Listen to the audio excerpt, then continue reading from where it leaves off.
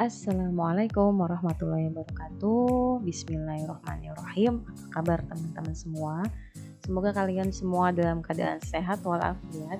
Senantiasa Allah anugerahkan keberkahan, kemudahan dalam segala urusan, dan yang terpenting terus terjaga semangatnya untuk bisa menuntut ilmu, belajar bersama-sama walaupun belajarnya di rumah masing-masing dengan buku dan gadgetnya masing-masing. Dan yang terpenting gadgetnya digunakan sesuai dengan kegunaannya ya, tidak untuk bermain game terus. Hahaha. Yo, sekarang hari ini kita akan masuk ke pembahasan materi berikutnya, yaitu zat, wujud zat, dan perubahannya. Kali ini Ustazah Jati akan mencoba menjabarkan bagaimana zat, wujud zat, dan perubahan yang ada terjadi di sekitar kita. Dalam pembelajaran kali ini ada tujuan pembelajaran pastinya. Yang pertama, tujuannya itu diharapkan kalian semua nantinya akan mampu mengidentifikasikan sifat-sifat berbagai jenis zat dan perubahan wujud zat. Dan yang kedua, mampu mendefinisikan gaya tarik antara partikel, adesi, kohesi, dan kapilaritas. Yang ketiga, mampu mendefinisikan massa jenis benda.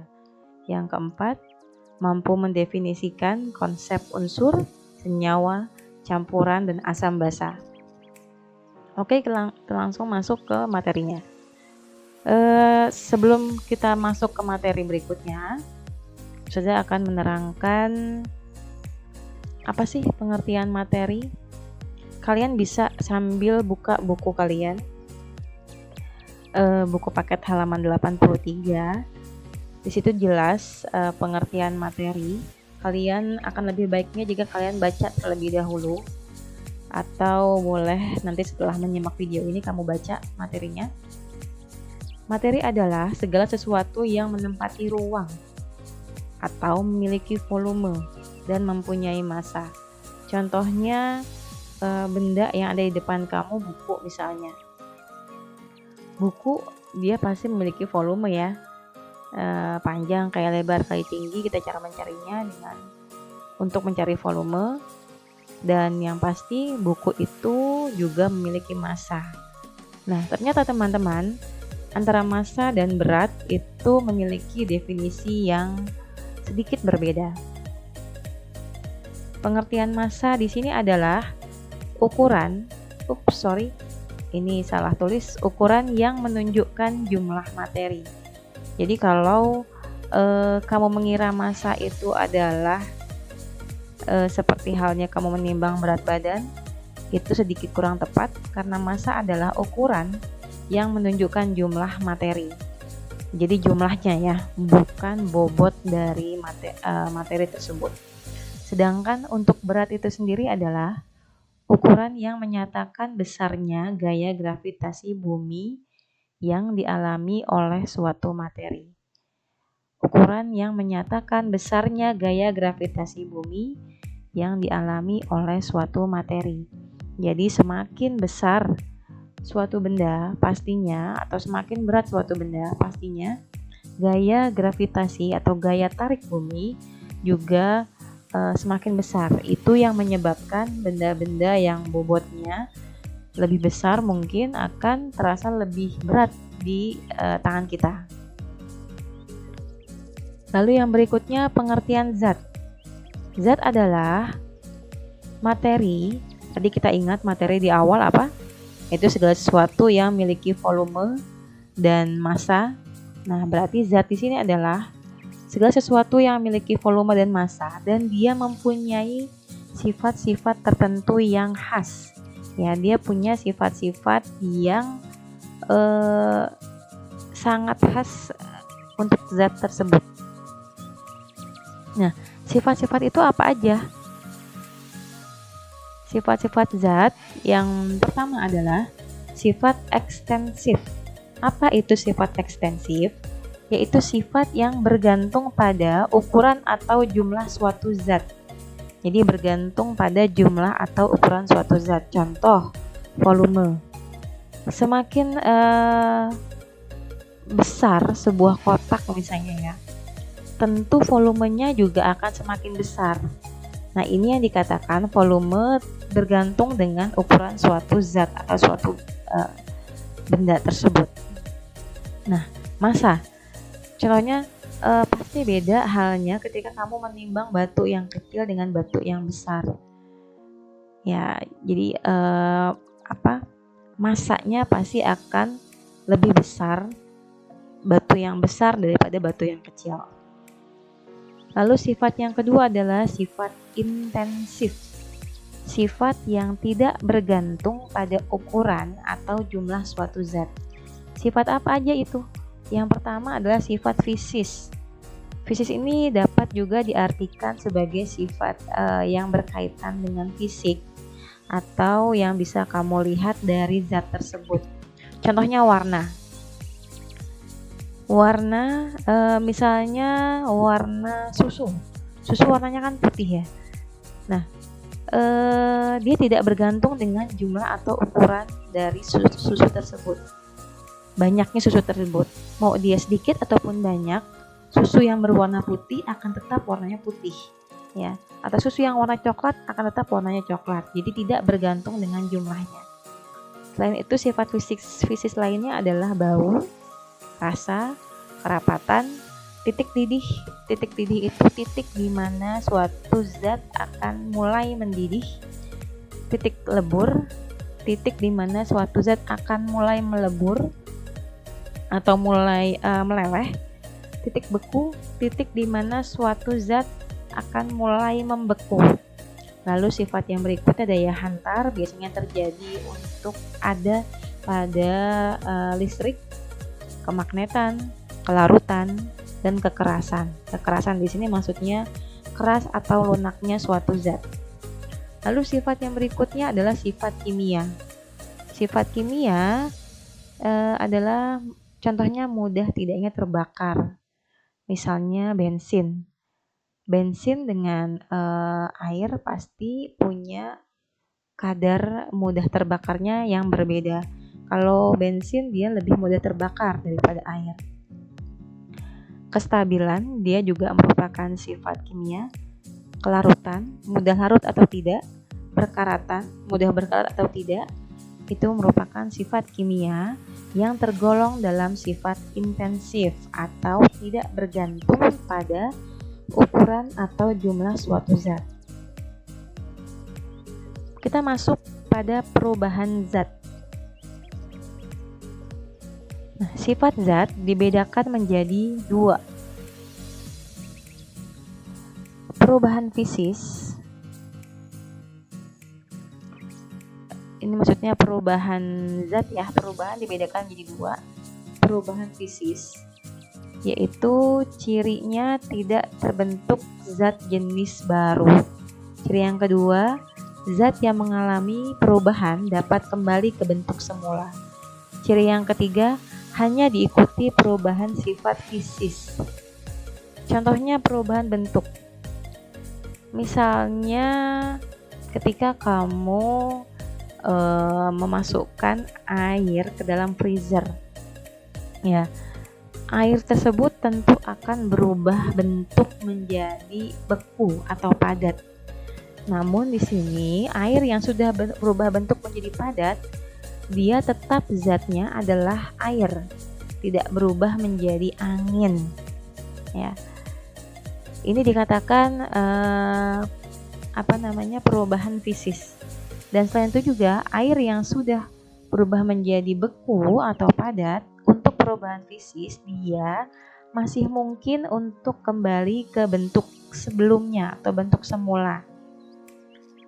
Dan hanya diikuti perubahan sifat fisis saja gitu. Jadi hanya diikuti air yang tadinya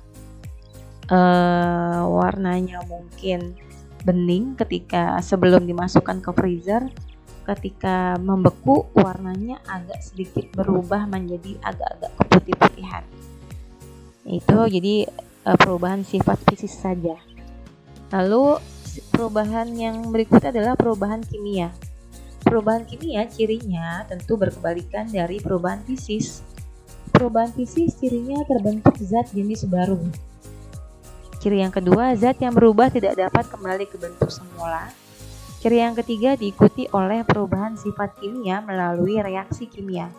Yang keempat, massa zat sebelum dan setelah reaksi adalah sama. Contoh, pada proses pembakaran, misalnya kamu membakar selembar kertas. Awalnya selembar kertas zatnya adalah zat kertas. Lalu ketika kamu bakar, kertas itu berubah menjadi abu. Nah, kertas dan abu merupakan dua jenis zat yang berbeda, yang artinya terbentuk zat jenis baru ketika terjadi pembakaran. Lalu si abu tersebut tidak dapat kembali lagi ke bentuk semula. Tidak mungkin abu dapat berubah menjadi kertas.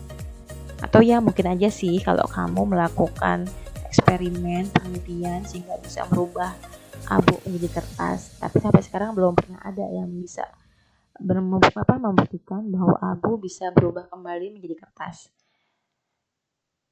Lalu pada proses pembusukan, misalnya buah yang udah busuk,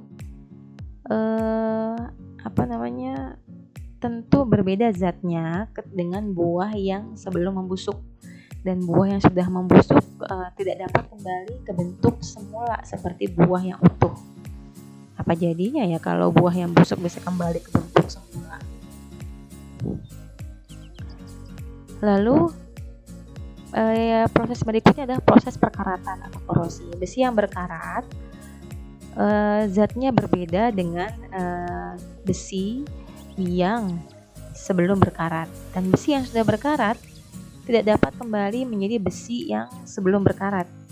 Paling kita hanya bisa menutupi karatnya dengan cat, tapi tetap karatnya sebenarnya masih ada di dalam cat, di balik cat tersebut. Lalu yang berikutnya kita masuk ke dalam susunan partikel pada zat. Susunan partikel dalam zat, benda-benda yang ada di sekitar kita itu terdiri dari partikel-partikel atau molekul-molekul yang ada di dalamnya.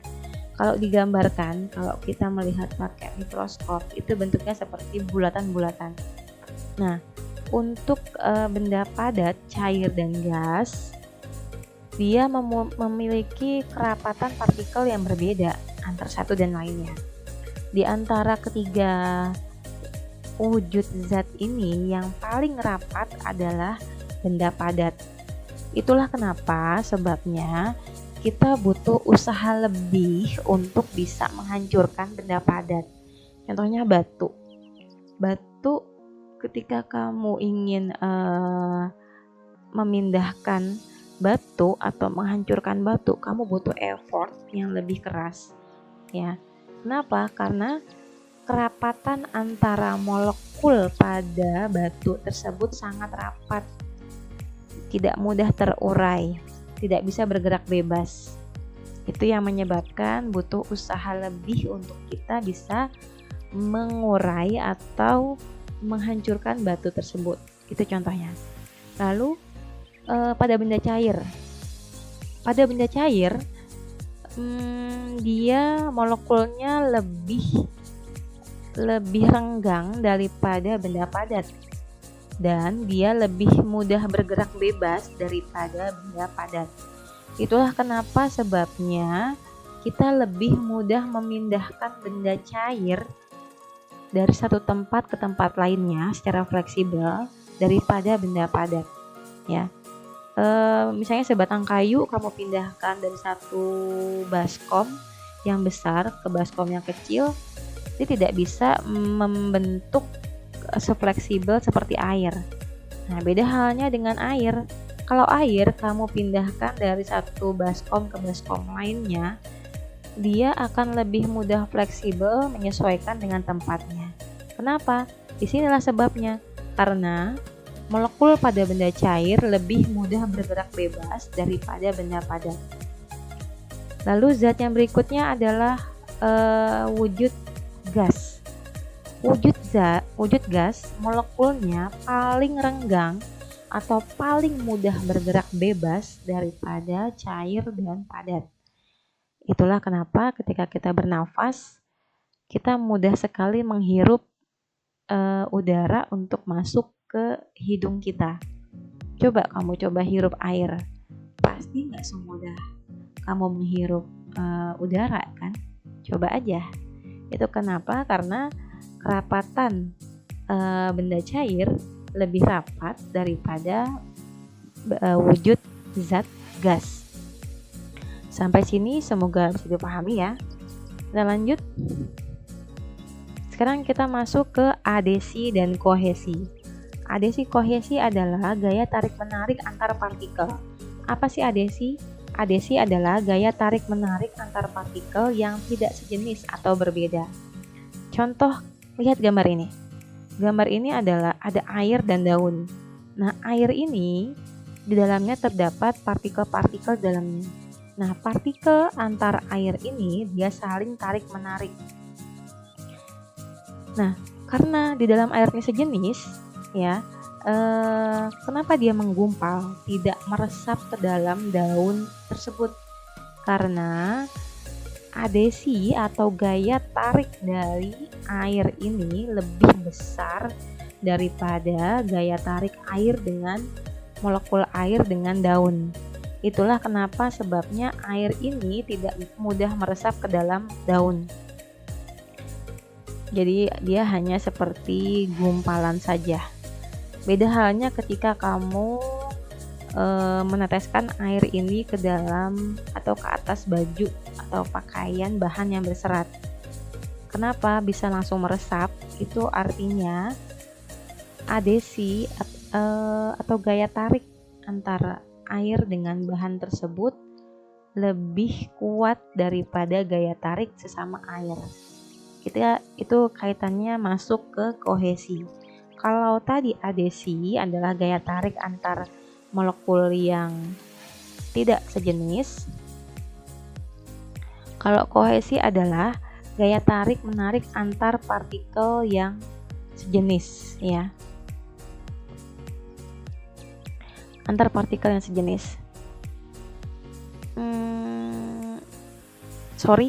Ini gambarnya tertukar. Seharusnya gambar daun ini ada di kohesi, gambar cat ini ada di adesi, ya.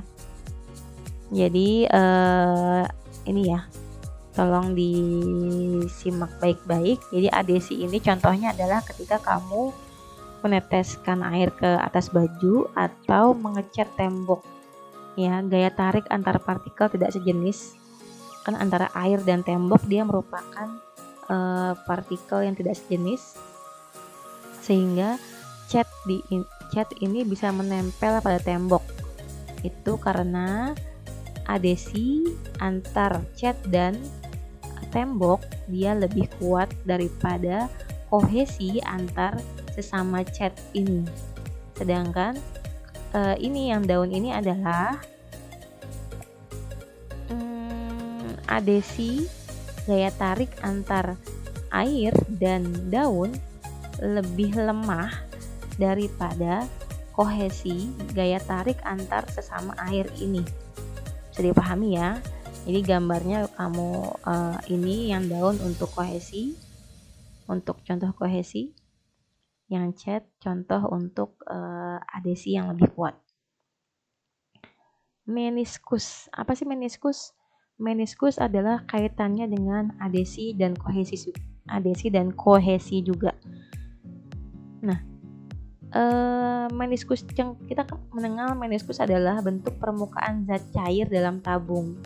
Jadi kalau dalam lab kimia, ketika sebuah tabung dimasukkan zat cair, dia akan menghasilkan meniskus. Ketika kamu masukkan air ke dalam tabung, dia akan menghasilkan meniskus cekung. Lihat permukaannya, dia permukaannya akan sedikit cekung, ya. Nah, ini karena adesi. Ingat apa tadi adesi? gaya tarik antar molekul yang berbeda, atau kalau dalam contoh ini gaya tarik antar air dan kaca itu lebih besar daripada kohesi gaya tarik antar sesama air. Itulah yang menyebabkan jadi air ini seperti tertarik ke arah kaca. Makanya dia menyebabkan permukaannya menjadi cekung. Nah, sekarang meniskus cembung. Contohnya air raksa. Jika kamu masukkan air raksa ke dalam tabung, air raksa ini permukaannya akan seperti akan mencembung atau menggelembung seperti ini. Nah, kenapa? Karena kohesi, ingat apa itu kohesi? Gaya tarik antar sesama air raksa itu lebih kuat daripada adesi, gaya tarik air raksa terhadap kaca ini. Makanya akibatnya bentuk permukaannya menjadi cembung, maka disebut meniskus cembung. Kita masuk ke kapilaritas. Ingat dengan istilah kapilaritas batang atau naiknya zat cair melalui lubang yang sempit. Jadi kalau dalam tumbuhan kita mengingat kapilaritas batang itu naiknya air dari akar sampai ke daun. Nah, di sini kita belajar tentang kapilaritas, yaitu naiknya zat cair melalui lubang-lubang yang sempit. Kalau dalam praktik, kalian di rumah bisa mempraktekkan tisu kamu celupkan ke dalam air, airnya lama-lama akan merambat ke dalam tisu tersebut. Ya, ke dalam celah-celah tisu tersebut. Itu yang disebut kapilaritas. Kalau di lab, kita akan belajar dengan pipa kapiler. Pipa kapiler ini bentuknya seperti ini. Pipa kapiler ini ketika dimasukkan dalam air, dalam pipa kapiler, si air itu akan mudah masuk ke dalam pipa-pipa kapiler yang lebih kecil. Ya, kenapa? Karena tadi yang kita pelajari sebelumnya, air dengan kaca dia memiliki adesi atau gaya tarik antar dua zat yang berbeda lebih kuat. Itulah yang menyebabkan air ini mudah menekan ke dalam pipa-pipa yang lebih kecil. Beda halnya dengan raksa. Raksa ketika kamu masukkan ke dalam pipa kapiler, dia tidak mudah menekan ke dalam pipa-pipa yang lebih kecil. Kenapa? Karena air raksa gaya tarik kohesinya atau adesinya antara air raksa dan kaca lebih kecil daripada kohesinya. Itulah yang menyebabkan air raksa tidak menekan ke dalam pipa kapiler yang lebih kecil. Kita masuk ke massa jenis. Massa jenis adalah perbandingan antara massa dengan volume benda. Kita bisa buat segitiga seperti ini biar kamu mudah menghafal. Massa jenis dilambangkan dengan rho. Rho sama dengan M dibagi V, atau juga dengan ini biar kamu mudah menghafal. Rho sama dengan love, M dibagi V. Apa itu M? Apa itu rho? Rho adalah massa jenis, satuannya bisa kilogram per meter kubik atau gram per sentimeter kubik. Apa itu M? M massa. Apa itu V? V volume. M satuannya bisa kilogram, bisa gram. V satuannya bisa meter kubik atau sentimeter kubik.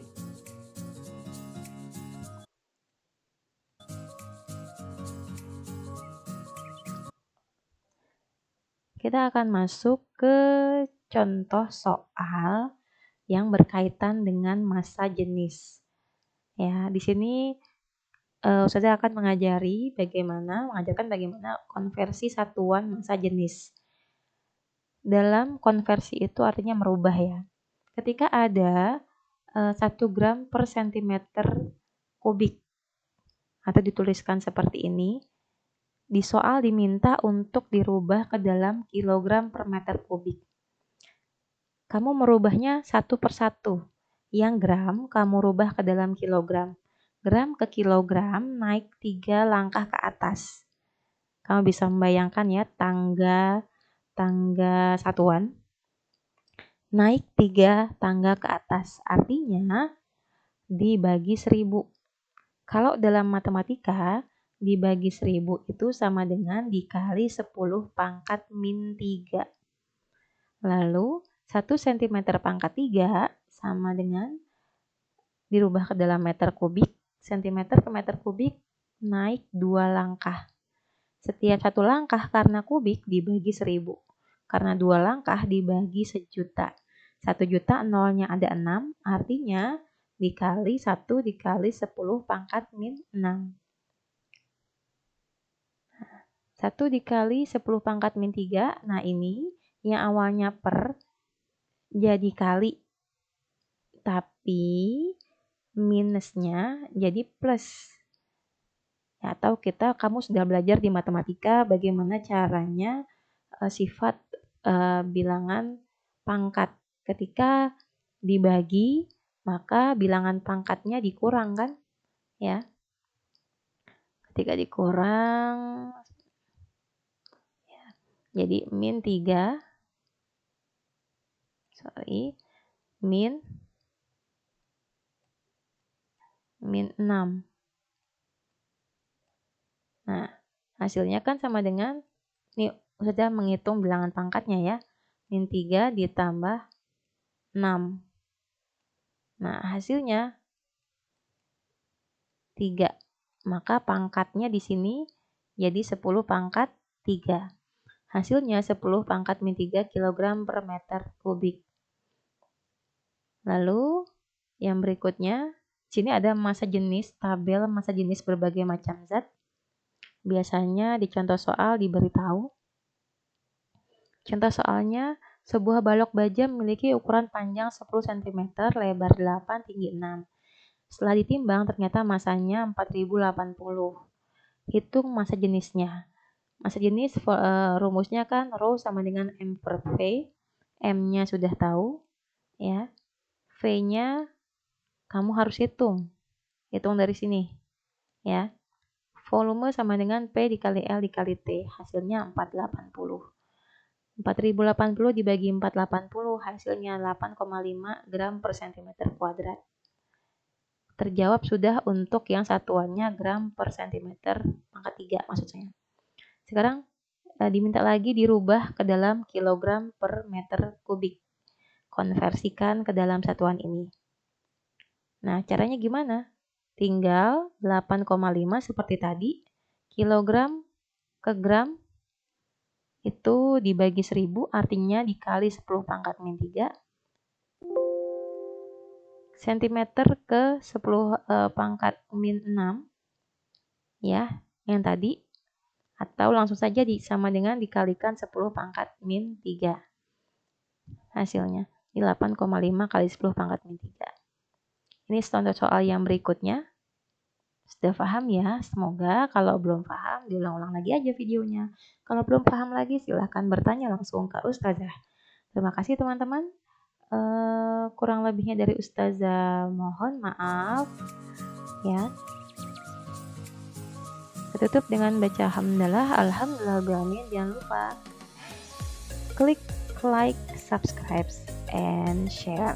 Terima kasih. Assalamualaikum warahmatullahi wabarakatuh.